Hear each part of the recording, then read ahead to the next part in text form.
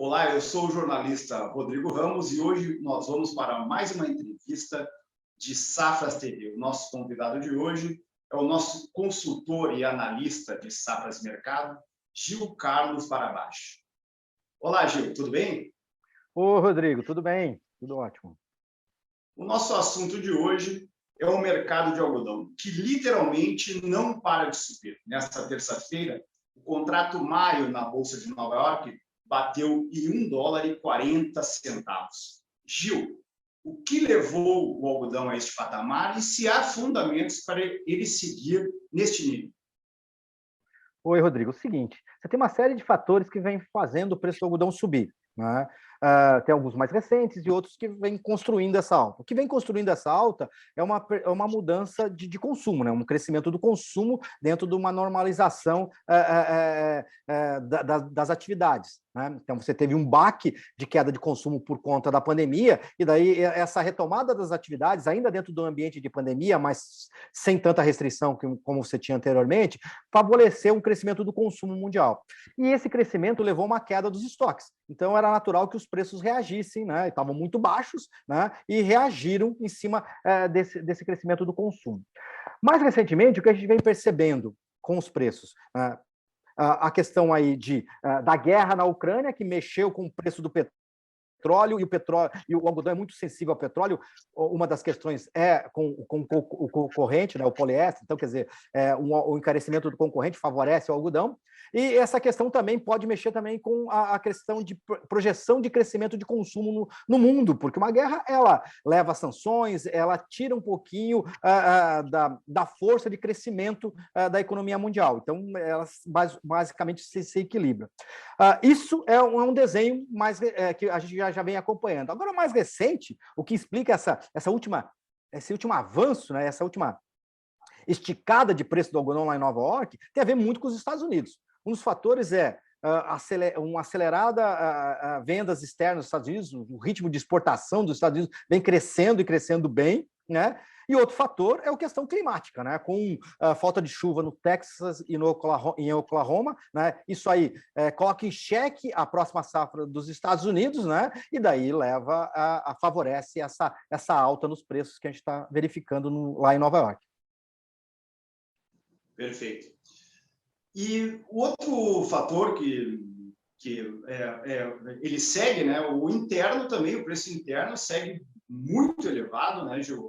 No CIF São Paulo, na casa de R$ 7,15, né? O que tu acredita que seja o que pode acontecer até a entrada da safra, se vai seguir nesse patamar, e o que pode influenciar no preço?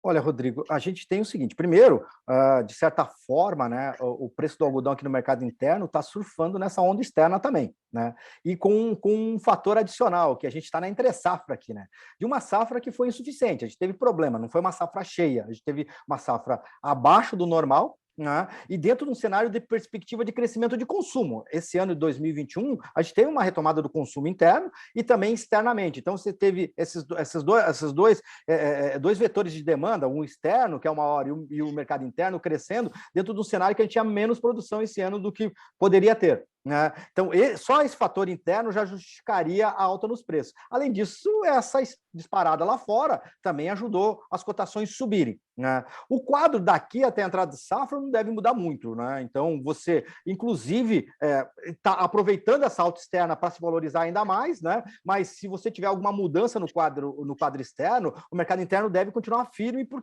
por conta da pouca disponibilidade, né? Tem gente falando que a safra, a produção não chega até o final da safra, ou seja, que você tem uma produção muito insuficiente para atender a demanda, que só começa a chegar a partir da metade do ano, né? Você tem mais 2 meses aí que você tem que equacionar essa demanda aí, né? Eu estou falando mais abril, maio. Ali em maio começa a aparecer alguma coisinha, mas o volume começa a chegar a partir de junho, né?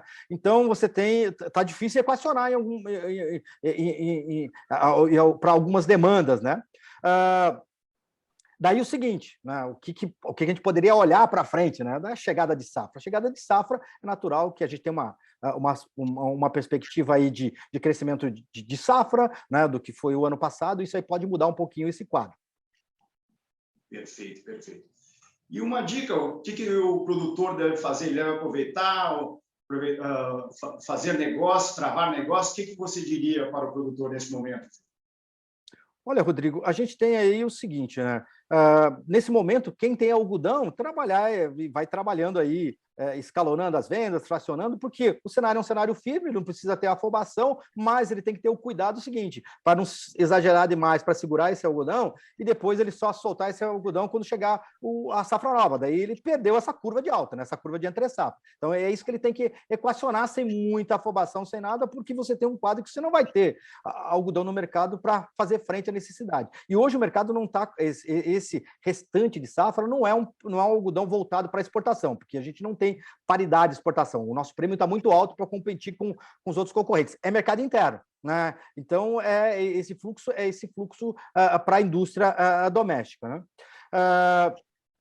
É o seguinte, quando chegar a próxima safra, a gente está trabalhando aí com uma perspectiva de crescimento de área de 15%, com perspectiva de crescimento de produção de 17%. Então, quer dizer, você vai aumentar essa oferta em relação ao que você tinha no ano passado. Está tudo andando mais ou menos dentro da normalidade, então esse é o cenário que se espera. Esse algodão chega na metade do ano. Né? Então, de certa forma, você vai ter esse quadro de melhora na oferta e é natural que os preços se alinhem a essa realidade de uma oferta maior. Né? E quer dizer, esse realinhamento é um realinhamento numa curva de preço negativo. Né? É essa a expectativa para o segundo semestre.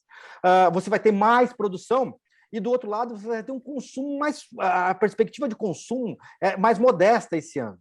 O ano passado foi um ano de crescimento de consumo interno e de crescimento de consumo externo dentro de uma realidade de retomada da atividade.